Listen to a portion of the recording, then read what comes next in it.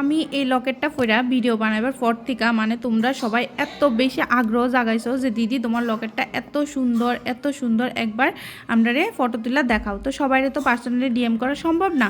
তো চলো ফাইনালি আমি আজকে তোমরারে এই লকেটটা অনেক কাছের থেকে দেখাই যে লকেটটা পইরা অনেক বেশি সুন্দর লাগে লকেটটা পরলে। তো এই যে এই লকেটটা যেটা আমি এবার দুর্গাপূজার সময় কিনছিলাম আর যেটা ফোটা সেটা আমি ভিডিও বানাবার পরে তোমরা অনেক সুন্দর SMS অনেক সুন্দর কমেন্টস যে দিদি লকেটটা খুব সুন্দর, তোমার লকেটটা খুব সুন্দর।